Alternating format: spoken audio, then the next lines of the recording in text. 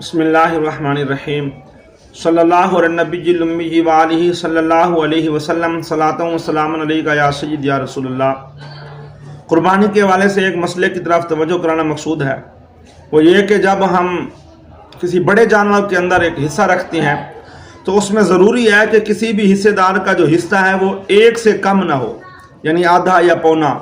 یوں ممکن ہے، ہو سکتا ہے کہ بھی سوا حصہ رکھ لے، کوئی ڈیڑھ حصہ رکھ لے، لیکن ایک سے کم حصہ کسی بھی شریک کا نہ ہو۔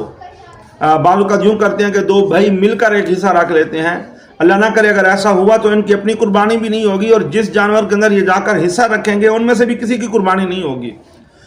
اگر دو بھائی مل کر رکھنا، دیکھیں اگر دو بھائی ایسے ہیں کہ جو صاحب استطاعت ہیں، ان پر قربانی واجب ہے، تو ہر ایک کو علیحدہ سے حصہ رکھنا واجب ہے۔